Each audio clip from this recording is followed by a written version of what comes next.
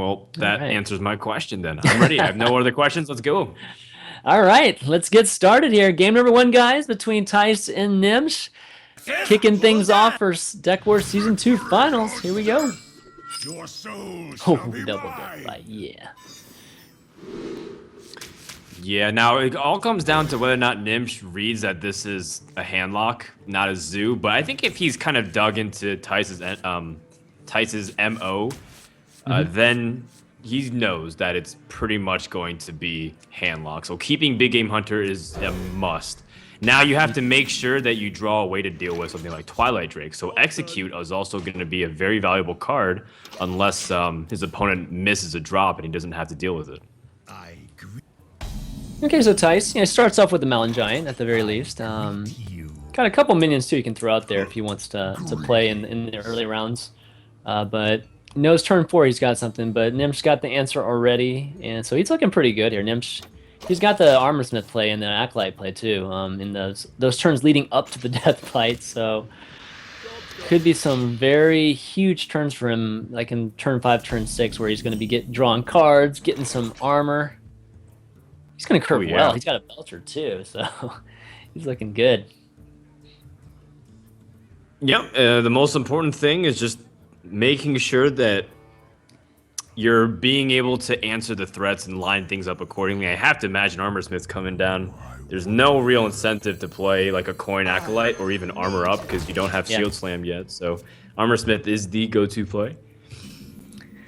Yeah, he does have the Big Game Hunter, so he's really hoping that the Twilight Drake doesn't come down. That would be the one card that would give him some, not give him necessarily problems, but it doesn't have something to deal with it immediately. And Ty's hand's looking pretty interesting. He's got the Ancient Watcher, both Ancient Watchers. He's got an Owl too, so he's got a Giant. So he's got various ways he could play this early game. But it looks like he's going for that Giant play on turn 4, which I think is a smart play. If your opponent can't deal with it immediately, then it can sometimes it can just win you the game really quickly. Oh, it looks like he's on a True, but now there's tap. Armorsmith and Acolyte, which presents kind of a problem if he has the ability to trade and execute. So first you want to see if you can remove it and try to kind of react, because he doesn't want to give his opponent ability to easily respond and draw cards. But this actually works convenient for Gnimsh, because now he doesn't have to use BGH and extend onto the board into cards like Hellfire. It does make him hesitate, though, because he's like, well, if he silences this or Shadow Flames, do I lose these cards for little to no value? Yeah, that's true. What now? Yeah, right now it's like, do you remove the Watcher even though it's it's basically passive right now? You know he's going to make some kind of play with it. It's usually a Shadow Flame target, like you said. It's just like a Beacon for Shadow Flame. But even the threat of Owl, he's got a lot of cards in his hand. There's a good chance he does even have an Owl, and making that Watcher active actually is more problematic for him, I think. Yeah. Coin Belcher is also a viable play if you feel like it, but it seems like Gnimsh wants to prioritize removing it. And he's going to draw first, which ends up giving him 1 less armor.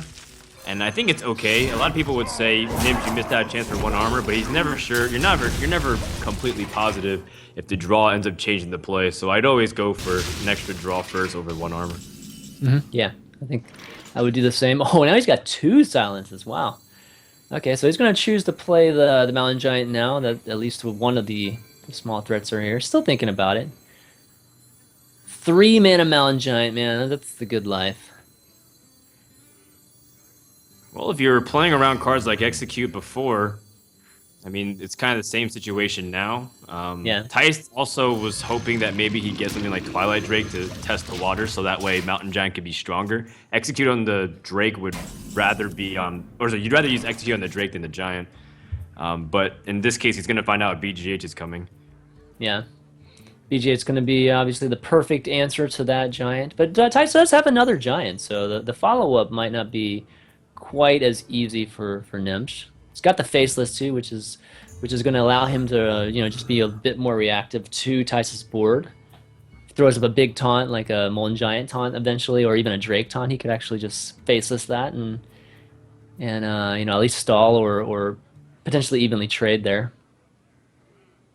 Yeah, that's a good point. If Gnimsh actually had Execute in hand, I think I would actually like a Faceless Coin Execute play. Yeah, Because I think then so. you're able to have another giant that acts as removal, and you're eventually he's gonna use things like Siphon Soul, and that takes it away from cards like Ragnaros as well. All right, he's got the double Armor Smith on the board with the Deathlight Swing, so he's been getting a good amount of armor here. He just needs that Shield Slam because he's really set up to get a ton of armor here. And the Shield Slam value is obviously going to be a very, very key element to this matchup. Without the Shield Slam, you're only limited to really 2 ways to remove. Well, he's got the BGH, so he's got 3 ways to remove big targets. Yeah, Tice is not happy to see a BGH. He realized his second Mountain Giant would be too vulnerable considering there's a 4-power minion. And Gnimsh has more ways to deal with this. He can start using his Fiery Warlock to chew through. He can also match it card for card with the Sludge Belcher. But I think in this scenario, you're recognizing that Handlock's on the bat foot, and you still have to play it slow. So as much as you want to extend onto the board and build something against Handlock, just keep in mind the ways it can completely destroy your board with AoE. So you don't want to overextend into things here. All right, so he's gonna remove the Belcher. Belcher is such a, in my opinion, the Belcher I feel like is the most important card that's come from Nax. It seems to be the one stabilizing card that you see in many decks. And even though it doesn't have the flash of a lot of the cards like Kel'Thuzad and even like Deathbite and things like that, Belcher is just tried and true, man. It's like the most value. It's just like such a great value card. Well, the thing I like about it the most is that Sludge Belcher is never the best card in your deck, but it allows your other cards to be that much stronger. So that way your best cards are even better. In the Handlock's case, it fills out the curve so nicely that you don't ever have to feel awkward. Plus the double taunts allows it so that way you can stall for your bigger threats to be more legitimate, right? Say you have to drop a Molten Giant and a Sludge Belcher if you don't have a Taunt Giver, which can help in the late game scenarios. So in a lot of ways, Sludge Belcher improves the strongest cards in your deck already to be better than it is. So it like increases the potential. That's what's the cool about this card, in my opinion. Yeah, absolutely. Okay, looking at Lotheb here. Okay, there we go. There's Lotheb. He's wishing that Twilight Drake would come. But he does have okay, so his hands, I mean, thankfully for him, like Gnimsh doesn't have a lot of his power cards quite yet. He does have Gnimsh, but he doesn't have anything to combo with Gnimsh right now. Yeah, so, Tice is very wisely playing to try and bait out as much removal as possible. He says, if you have Shield Slam, I'd rather you use it on this and not on my Giant. So he's playing very resource intensive, trying to make Gnimsh go for half value, right? Like he's not getting a full kill off of this Fiery Warlock, so it's kind of like dedicated. He has to trade half a card each time. But it seems like Gnimsh is just following game plan anyways, because it's not like he has a better play. Strike. Yep. Creed here. That Mountain Giant's still super cheap here. He's going to be eventually going to be able to double play with some very big plays here. I mean, he could actually play a Mountain Giant and a Molten Giant if he was at 10 mana right now, but even a Mountain Giant and, I don't know, even one of the Earthens right now is a pretty solid play. So many possibilities. Or, I mean, he's got an Owl too. Like, he could be silencing some things here too if he wanted.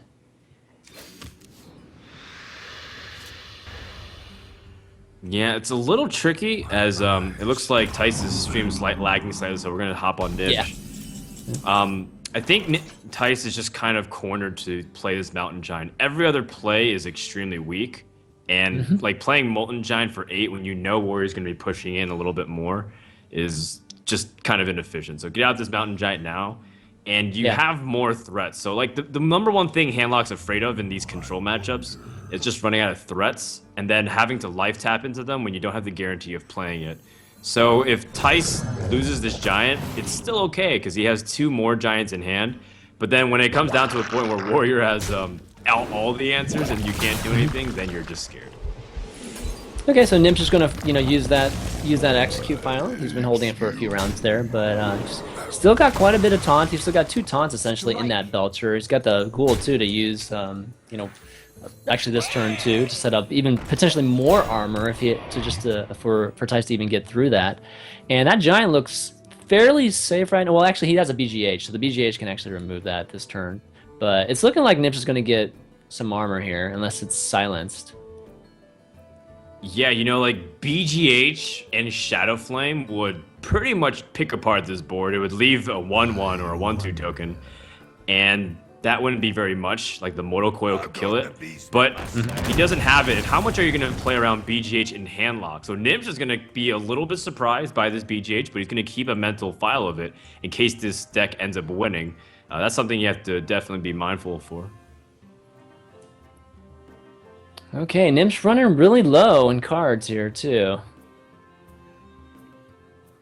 But let's see, Theis is going to be pretty. I feel like this is the key turn here in this series. This could be deciding if that ghoul lives here. It's going to be. Yeah, he has to be careful because Gnimsh could pop Gnimsh and put him at 1, but he is going to heal up, so still not the lethal range just yet. But, you know, he's floating and threatening that possibility. All right, so if let's say you used it here, it'd be 14? Yeah, okay. Not quite lethal here, but... Ooh, he's getting really close. He's getting what he can't do it quite yet. So next turn he'll have 12 from Gnimsh. So he's just gotta try to set this board up so that he can kind of sneak that in here. And this is these are the type of turns where you try not to do too much damage, right, to the handlock, so they can't just throw all their Molten Giants and taunts up all at once. So it'll be interesting to see how Gnimsh navigates this. The Cairn is going to be a good play here, so I can't see him not playing the Cairn here. Maybe I don't know. Maybe he's thinking about. He takes the damage though with the undead or the unstable ghoul. Yeah. He removes the BGH by doing that. That's nice, and gets all that armor again. I wouldn't be mad if you push for damage, because then you put yourself in a position where Full Taskmaster and Grom kill. But I understand his point completely, because if you put your opponent down to 14, then he can life tap, play 2 giants, and taunt up. So then you're in a position where you don't want to actually give your opponent the ability to beat alive. So he's going to keep him up and float him at this comfortable health range, even though there is a possibility his opponent could just have Owl and Siphon Soul. Yeah, I mean there is a very, very small chance that he could win this turn. And I think he knows there's like likely he won't be winning this turn, but setting it up. Cairn's such a difficult card to remove. Unfortunately for him, Theis does have the perfect cards, but Cairn's generally going to be a pretty safe bet for 4 damage there. And outside of that, he just needs 1 more, right? Theis, this is a tough one for him. Does he have to get he has to get a taunt up this turn, right? I mean, it's just whether he wants to go with the Molten Giant or he wants to go with the Belcher route. I mean, he doesn't have to. He still has an opportunity to play the removal, but it doesn't accomplish much on the board. Yeah. So he's going to try to go for a mix of the play where he plays a threat, but his opponent actually has 6 damage on board, plus the 12 from Gnimsh. And last I checked, that's 18 damage. Oh my gosh, yeah, that's it. Because Theis committed half-heartedly to the board, he ends up dying here. Yeah, so he didn't commit to either of those plays, really. Just either full removal or just full taunt there. So yeah, Gnimsh ends up taking that game and goes up 1-0 there. Interesting decision there. With the removal, I didn't really love the removal just because he didn't have a way to remove the next play by Gnimsh. He didn't have like a Shadow Flame or any kind of play where he could have, again, just kind of reset the board or at least gotten it to a state where Gnimsh wouldn't be potentially pushing for damage there. But 2 guys, again, Gnimsh and Theis are playing a best-of-5 series. Gnimsh currently up 1-0. And this is what kind of start they get off to. All right. Okay, what kind of cards are you looking for if you're the Shaman player, if you're in Theis' spot here, Chanman? With Theis, I think you're going to be looking just to get off to a quick start, just with minions. He's got a lot of those new Naxxramas minions, with the Creeper, and I don't think is he running Ooze? I don't remember if he's running Ooze or not, but you definitely want to get some minions on the board. Just kind of get that board established early on. You've got the ability to remove some too, with lightning bolts and that sort of thing, but don't prefer to be in that position, right? Because the warrior tends to get off, unless he gets a fiery war axe, he can get off to kind of a slow start, and that usually bodes well for Tice. But again, that I think Gnimsh is starting off a lot better than Tice here. Well, you're not completely miserable to just hero power Shaman, but Tice obviously was fishing for Nerubian Egg and Haunted Creeper, so that way he can get some early board presence. And of course, Nerubian Egg was kind of first introduced into the Shaman lineup as soon as week 1 of Naxxramas came out, but then it rotated out as Shaman realized that there was much more efficient cards that they can get out of, and 6-0 Shaman became very popular in mainstream. But now that you kind of reintroduce it back into the lineup, it makes you more resilient against cards like Brawl. So Tice maybe could be able to play a little bit more aggressive because he has so many Death Rattle effects that Flame Tongue Totem could really get a lot of value even if the creatures are killed off. Yeah. Okay, looks like Acolyte of Pain's got both of them, so might as well throw one down here, and then he can follow it up with a nice Taskmaster type of play. And so, what do you think about Taskmaster right now, Frodan? I know some people took it out for a while, you know, just because, again, Ghoul was a pretty good way of proccing some things, as well as the Death Bite. But I'm starting to see it a little bit more, and even personally, I feel like playing Taskmaster and having the ability to buff some of those early Acolytes and Armorsmith has served me a little bit better. What's your opinion on it? Yeah, they're starting to become more necessary as soon as the aggressive Hunter came out again with Undertakers and Death Rattle effects. Because you realize you need ways to fight back to the board early other than being super greedy. Before that, when Hunter were still just dropping 1 minions at a time, Unstable Ghoul was all you really needed with Fiery War Axe. Yeah. But then, you know, as the game scaled on, you could play like Ysera and Baron Geddon and whatnot. And decks were getting like out of control for Warrior. They were playing like Kel'Thuzad and like Ysera and Baron Geddon and everything else in normal rotation because they cut cards like Cool Taskmaster. So I think now that you have like a much more aggressive potential for the metagame, like things have gotten faster with Undertakers and Priests, you need cards like Cruel Taskmaster to keep up. Yeah, that's a good point. Okay, so Tice actually, you know, he's kind of curving out a lot better now. He's got that Gnomish Inventor in it, which is really, really nice. Actually, he's got the Harvest Golem and the Gnomish Inventor back to back here, so going to work out. And I like the Gnomish Inventor. You know, we're starting to see it a lot in these Shaman decks. Like 6-0 I know plays it, and just the standard Shaman I think nowadays has it in there, and I like it a lot actually. Yeah, it's pretty solid overall. Yeah, it's just a good body. And it synergizes so well with Flame Tongue Totem. Yep. It's got 2 Lightning Storms, too. Lightning Storms don't have that much value against Warrior. It's got a Black Knight, too. Might get some value against some of those Belchers later. I've been seeing players think about perhaps cutting the second Lightning Storm a little bit more aggressively, too, now. Because if you choose to ban Hunter, which is probably the most likely class that you're going to be using Lightning Storm the most against, considering how often these control decks are coming down to, maybe other than Token Druid, there's not many decks that you want to use Lightning Storm against. Maybe Priest. And even so, if you feel like you can match up the lineups really well, the first Lightning Storm still is good enough. So I'm kind of interested to see if anyone's going to take that step, the Strife Grow approach, and cut 1 Lightning Storm. Yeah, it makes sense. I mean, like you said, a lot of the aggro decks, Zoo is just not as popular, especially in these events.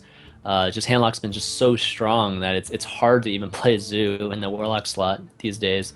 So yeah, I like that. I think you know, having 2 Lightning Storms has always been just like the default for it, but rethinking it, I think is a smart thing. But kind of looking back, kind of going back to this match, looking at this, it's got some potential now for just the Death Bite. You know, that's the great thing about the Death Bite. It's like you just create these. It's like a playmaking card now. You know, where you didn't really have that kind of playmaking with a weapon in the past. Yep, gain some armor, draw a card, and Warrior is stabilizing so nicely in the early game. Where's the board of Shaman? Tice does not have a board. Every single time he totems up, it's a liability now because of what exists, the Acolyte and the Armorsmith.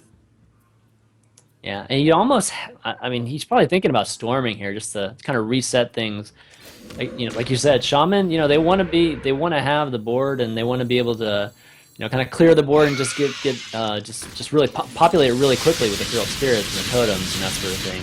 So it looks like he's going to be opting for that. And again, against the Warrior, there's very few opportunities that you do get a chance to have a crazy value Lightning Storm, because they only have those acolytes and those armor smiths, which generally they benefit if you storm those minions too with armor and cards. And he's getting all of his weapons. Gnimsh, I feel like, has been killing tons of totems and tokens with those weapons. Yeah, there's a lot of times where warriors end up drawing all 4 of their weapons now, because Gorehouse has been cycled out for quite some time. So you get double Deathbite and double Fiery War Axe, and then sometimes you just don't have enough time to play it all throughout, and you're stuck with a couple that are useless. Gnimsh seems to be getting them in a good timing, so that way one's not really overlapping and sitting dead. And in the meantime, he's also got a good set of removal, not to mention the biggest removal card that he needs in this matchup, because there's going to be a time where he inevitably needs to brawl. Okay, so I was wondering if he was going to double flame there, and that Lotheb was really problematic. Didn't want to use the Hex on that, given that he knows that there's a lot more big threats in Gnimsh's deck. Need to save that Hex for those minions, as well as you get a chance to establish the board. You'll lose one of these Flame Tongues here to the Fiery War Axe, but on the grand scheme of things, it's probably worth it. All right, well, Gnimsh could shield block and see what he gets. His hand's not looking too great. I don't think it's a board worth brawling yet, because it's just still too pitifully weak. He has so many ways to deal with things. Yeah. Really? I mean, value, yeah, I mean, he kills that one Flame Tongue, he removes 4 damage from the board, and so I feel like he could have eaten some more damage. He has a shield block too, so he'll definitely get Shield Slam value. So that was an interesting decision. I mean, it's because he really feels like his opponent's board is like, it's the point where he killed both Flame Tongues, and it's very clear that his opponent had a weak turn. Like, he didn't have a Fire Elemental, which he probably could have used to some degree, or he didn't really have a lot of big creatures. And he's also going to get confirmation now that this Feral Spirit will come out, that maybe he put it a little bit too early. But I think the case still stands that he felt like his opponent had nothing in his hand, which is kind of true. Thijs only has reactive cards here. That's true. And I think he wanted to brawl to clear the board for potential Alexstrasza play as well. But now it gets a little bit hairier. Okay. Yeah, this is gonna be pretty tough for him. He knows that Alexstrasza play could easily be countered by Hex. It's been a while now. They've drawn a lot of cards, and Thijs has been holding that one card for a long time. I'm sure Gnimsh has noticed that. So it's a good chance he has a Hex, knows that a Hex is going to be played there. So and plays a Belcher. I mean, the Flame Tongue totems are gone now, so that Belcher would get pretty good value. Decent value. You're hoping just at least to remove some of these minions. Wasn't there a brawl plate last turn, Shaman? There's 5 minions by my count. This is exactly why I feel like holding brawl is often a little bit better. But Gnimsh, of course, like we said, he planned to play Alexstrasza on this turn, so he wanted to clear the board and see what his opponent do. Good thing he also used Fiery War Axe charge number 2, because Harrison Jones has finally arrived, but I feel like Gnimsh already used 3 out of his 4 weapons. Okay, and there goes Alexstrasza. But he doesn't have another, way to answer it. So, if Grom comes out, if Rag comes out, might be difficult for Thijs, but Thijs is looking really, really good here. He's got an answer even for Gnimsh's last weapon. Is his last weapon a Fiery War Axe, or is it a Deathbite? I forget which. He's played 2 of one of them. I believe it was Deathbite Deathbite that's remaining, because he had a Fiery War Axe in his opening hand. Yeah, and Harrison Deathbite can be, can actually be disruptive too, right? I mean, a lot of times the warrior is trying to set up some kind of play with Deathbite too, or likes to set up a play. So being able to not only draw a card from it, but also just ruin any kind of potential play where the warrior can be extremely, extremely good for the shaman here. Oh, there's a second Hex, so looking pretty good here. Yeah. Lightning Storm, okay. Lightning Storm and Earth Shock will kill off one of these Sludge Belchers. Yeah. And then you can just kind of push through the last remaining one very easily. If he rolls high, that's actually really clutch. Yeah, he rolls high on one of them, so now he can push through easily with the remaining 1/1. And then start shoving back. even can totem. So this is starting to pick up for Tice, and Gnimsh is still holding situational cards. It's like the exact opposite of what Tice's position was.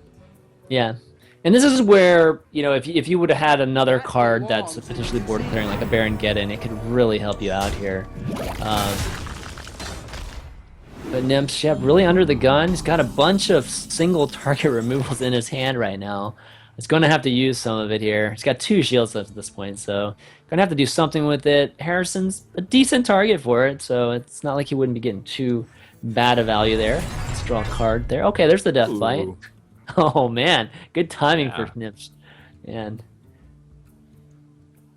yeah, I think he shield slammed the Harrison. You realize it's one of the bigger creatures in his arsenal. It usually replaces a card like Azure Drake, so it's kind of worth it in the sense, just to make sure you don't take enough damage. Not to mention that he challenges your armor, so if you don't shield slam, you might not get an opportunity to the following turn. Job's done.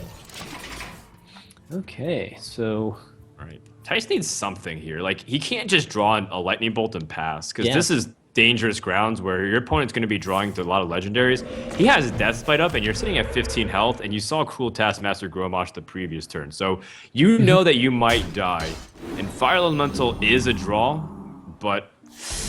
Ooh. you know he's got a ton of answers, too. He hasn't used any of them quite yet. And yeah, it's looking pretty scary for Tice here. With the Gnimsh draw now, with the Death Bite, that's 14, right? All he needs is like 1 extra damage somewhere here. Yep. I mean, Tice also held his Fire Elemental because he realized that it just died to the Death Spite, so he needs his threat to stay alive. And he's trying to bait Gnimsh into attacking into, like, this Haunted Creeper, because then if he doesn't and he holds, then a Taunt Totem is guaranteed to roll up. So then the Taunt that's Totem true. absorbs a Death Spite. So this is a really good hold that's a good from point. Tice, as much as he drew a big threat here. What Yeah. now? So let's say theoretically, right? Like Gnimsh takes him down to 1. Is there anything in Gnimsh's hand that can actually? I mean, he's out of weapons, right? Is there anything that can actually attack on the, like a charge or you know, just an instant attack? I don't know if he a Ragnaros. I think that's one Yeah. thing. Ragnaros That's is about one. it, though, right? I don't think he has anything else that can actually hit face on the turn of play. So that's Guess you shield slammed the face after that. But that's about it. execute the face, man. Yeah, he should have done that a while ago, clearly. That's true. That's true. I think you gotta kill all these Haunted Creepers. Recognize that you have an opportunity to kill off Yes. a lot of minions on board. And now you realize Hex you're kind of sad about, but your play otherwise was just to let Taunt Totem come up, and you can't win from that position because Taunt Totem is just way too strong. Look at this draw from Tice. He also has Feral Spirits, which is a very important card to once again delay and load up, because he recognizes one of the only ways to win from this position might be Ragnaros. So he doesn't have Bloodlust, so this is just gonna be a lot of just chipping away at the warrior. It's gonna be a few turns, quite a few turns before Tice ends up pulling this victory out if he does here. Okay, he's gonna slam. That's gonna draw here. Armor Smith. Ugh. Okay, with the Pretty ghoul. mediocre. I mean, it's okay. Is Gnimsh running any late game cards like Ysera as well? I don't think so. Let me look real quick. I know he's running Rag, but I can look really quickly here. Man, that healing totem, by the way, is so annoying.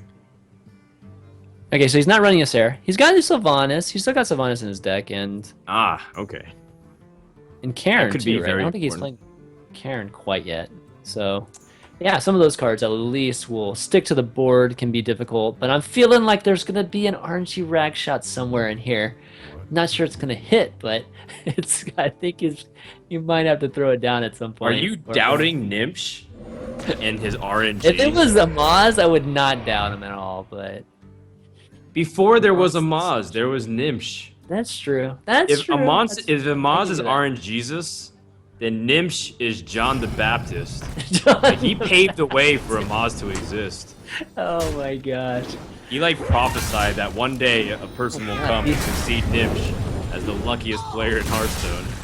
Hearthstone theology with Frodan. Holy smokes, man. Gnimsh the Baptist. That's what it is. Gnimsh the Baptist. That's gonna be definitely quotable, man. All right, so Karen. There we go. Karen goes down. Not really great answers for Tice. He's out of hexes now. Might have one Earth Shock left.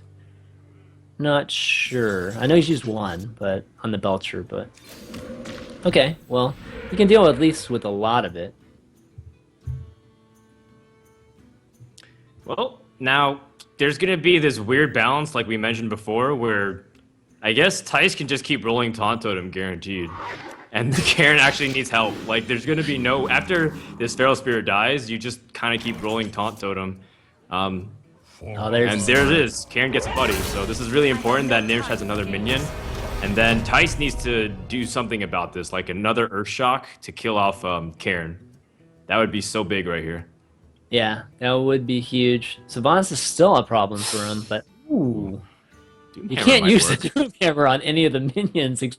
Well, I mean, he could clear that Karen, but that'd be... Why not clear everything?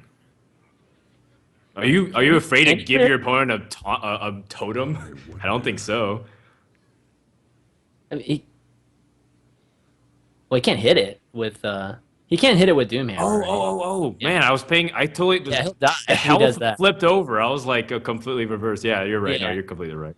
Yeah, Derp. that makes it a lot more difficult for him here. Because Sylvanas will be very difficult to remove here. He'll have to like blow two cards or a minion, and just it's very inefficient trade for Sylvanas here. Oh, actually no, the lightning bolt has 4, right? Yeah, okay, so not too bad. He will give up a totem. Oh, gives up the taunt totem. He needs to roll a taunt totem right here. Oh, Okay. he gets it. 2 taunt totems on the board. All right. Well, now Okay. Gnimsh, he still needs a way. He still needs a buddy, but at least now he's one ahead of the totems. This is kind of weird. Oh, it's Cool really close Taskmaster. now. He's gonna have him down to 1 if he wants.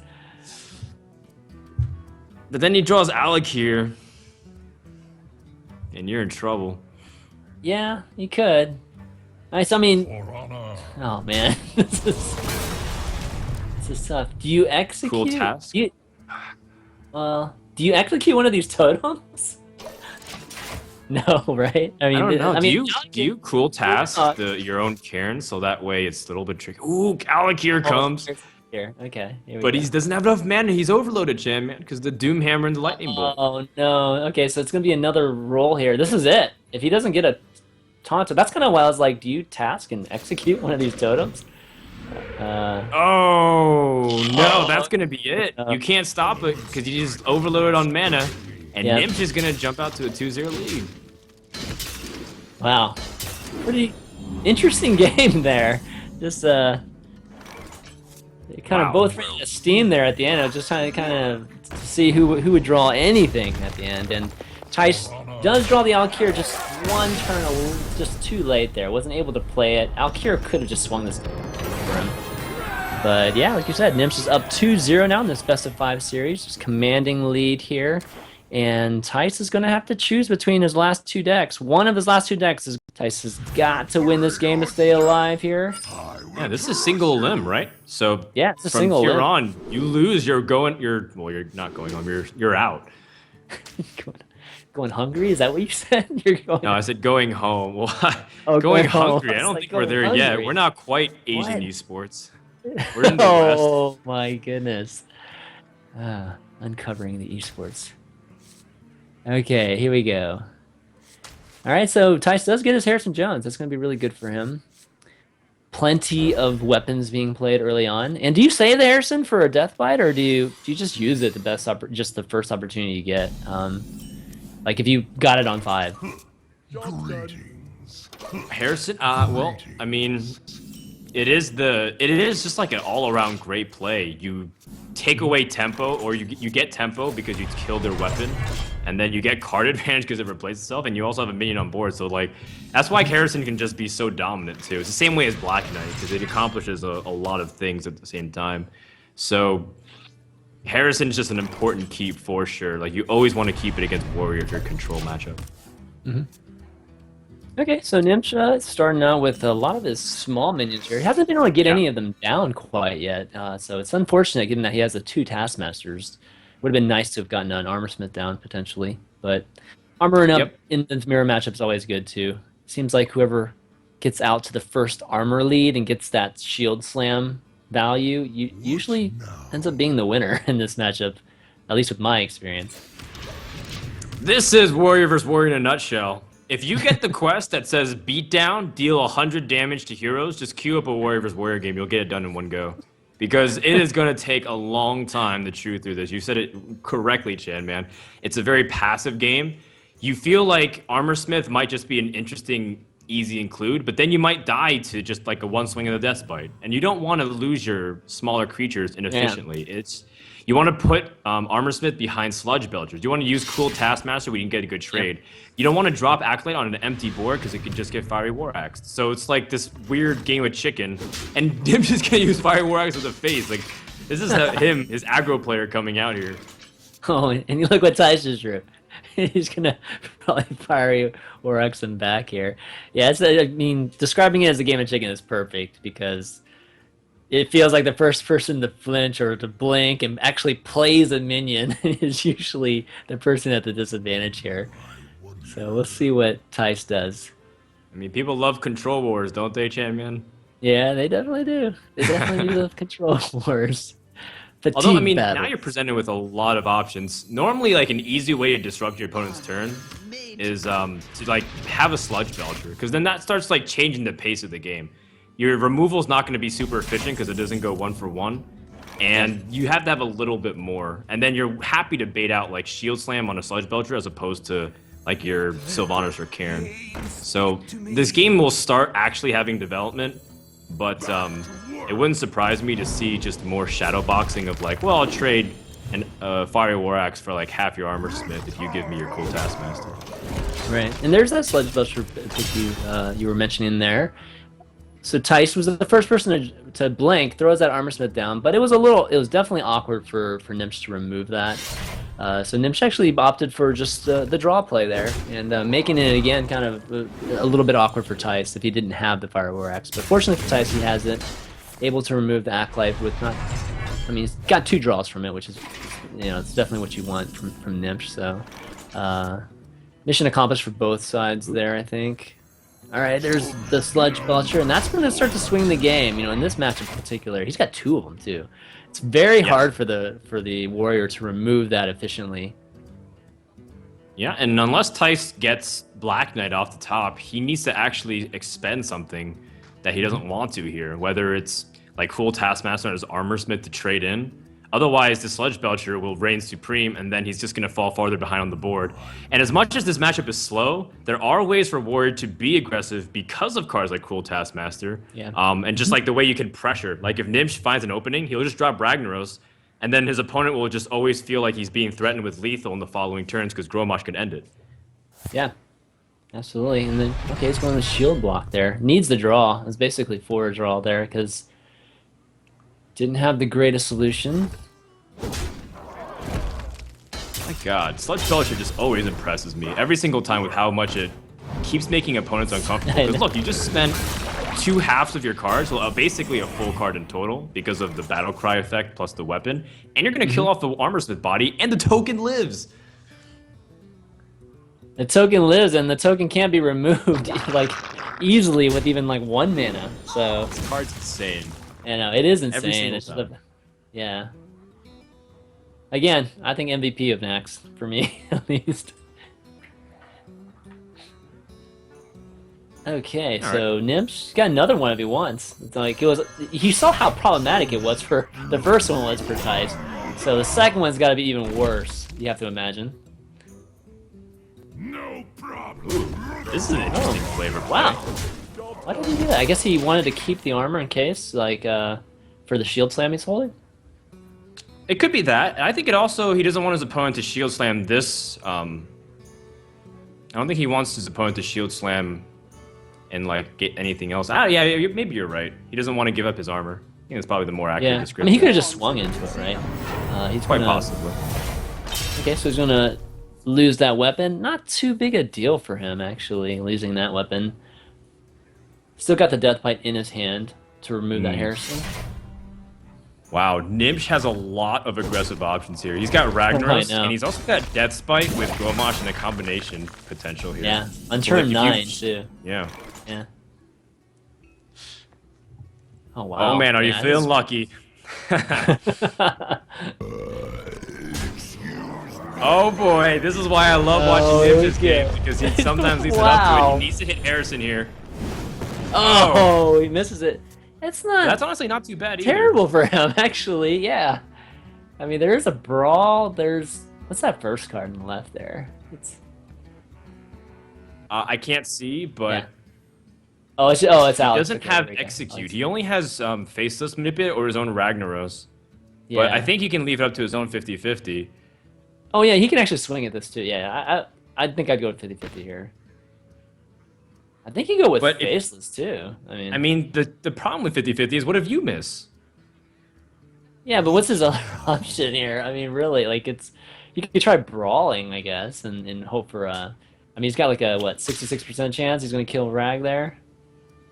Not gonna get many great brawl boards either. He just I mean, he's Yes, about to die, so he's a little desperate here. Okay, so he looks like he's going with the 50-50 here, and he's still got some mana too to play with if he needs to. Oh boy, this is a big moment here for we go. Tice's tournament line. Here we go. He's No, closing it his eyes. misses. Oh, no. Okay, and now Gnimsh has an execute here, so that rag is going away. Tice does have another rag though, but let's see what else Gnimsh can do here. He's got Death Bite. He's got the 2 You Ghouls absolutely set too. up Death Spite here. You set up Death Spite. You use Harrison Jones. You have Gromosh. Mhm. I say you Death Spite, and then you use Execute. Can you use Execute and Shield Slam in tandem? Execute and Shield Slam in tandem. No, you only have 9 mana actually. I mean, he's got Taskmaster too. I mean, he could just task rag and execute him, right? Yeah, so got you don't have enough mana to armor up and Shield Slam Harrison Jones. Oh yeah. That's right. So yeah. actually, you're a little 1 mana short, but you absolutely develop Death Spite here because you have Gromosh in hand.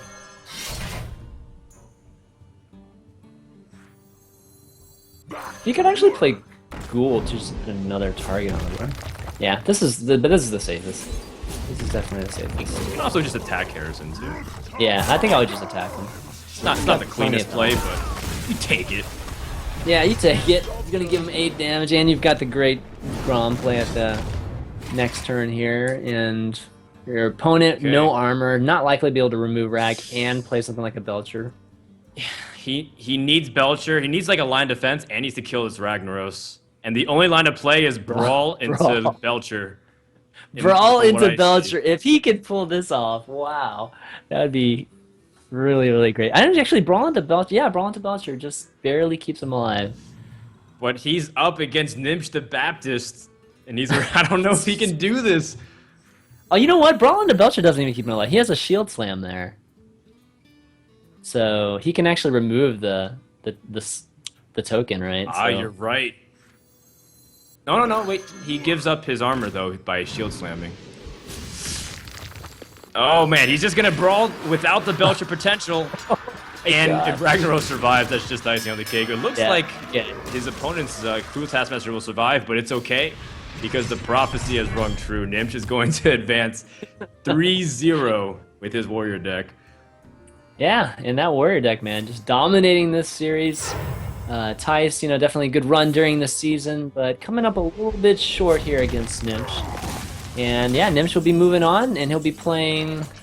Let's see. Well, we'll take a look at the brackets after this series here. Gotta love this play. This play is so fun, man. Turn 8 Gnimsh, it's like never had that. Taste my breath. Outside of Yeah, I guess super yeah, strong. Yeah. And now, Gnimsh is going to win 3-0 decisively over who, in my opinion, Tyson is one of the best players in Europe. And not his best showing, but, I think Gnimsh just had such strong leads. And, of course, you have to kind of feel for the Ragnaros 50-50 that he lost there. That definitely just decided the game. And from this point